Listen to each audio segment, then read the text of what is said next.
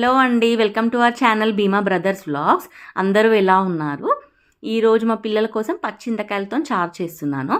దానికోసం ఒక 6 వరకు నేను పచ్చింతకాయలు తీసుకొని నేను ఉడకబెట్టుకొని పక్కకు పెట్టుకున్నాను. ఆ వాటర్ బాగా పిసుక్కొని వాటర్ని సపరేట్ చేశాను. ఇప్పుడు 6 వరకు నేను పచ్చిమిరపకాయలు తీసుకొని అది మంట మీద కాల్చుకున్నాను.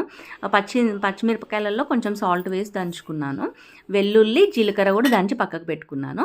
ఇప్పుడు పోపు కోసం ఆయిల్ వేసేసుకొని అందులో జీలకర్ర, ఆవాలు, వెల్లుల్లి దంచుకున్నది వేసేసి అది కొంచెం ఫ్రై అయ్యాక ఎండుమిరపకాయలు, కరివేపాకు వేసుకొని లాస్ట్లో పసుపు వేసుకుంటున్నాను.